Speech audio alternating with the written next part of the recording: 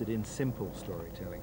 Frodo's life is in danger from the moment he volunteers to carry the ring, and Tolkien is an author you underestimate at your peril.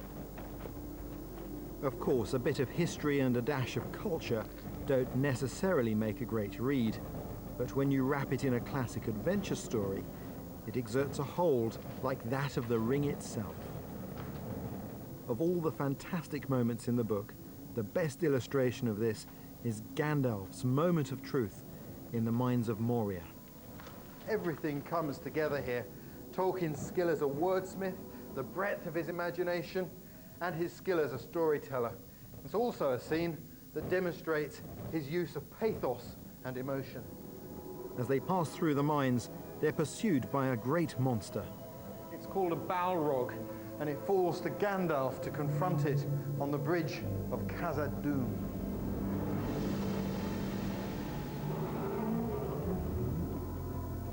The fire in it seemed to die, but the darkness grew. It stepped forward slowly onto the bridge, and suddenly it drew itself up to a great height, and its wings were spread from wall to wall.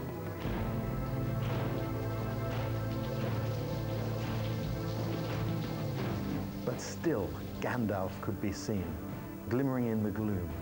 He seemed small and altogether alone, grey and bent, like a wizened tree before the onset of a storm.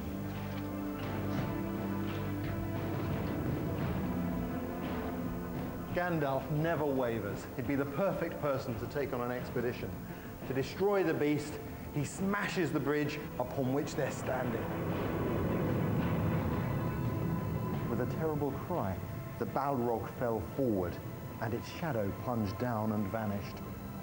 But even as it fell, it swung its whip, and the thongs lashed and curled about the wizard's knees, dragging him to the brink.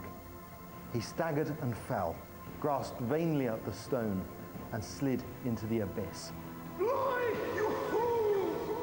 He cried, and was gone. What an exit! Frodo's most powerful ally has vanished. He's miles from his destination, and the ring is beginning to get to him. The forces of Mordor are on the march. As the book progresses, Tolkien weaves an ever more involved tale.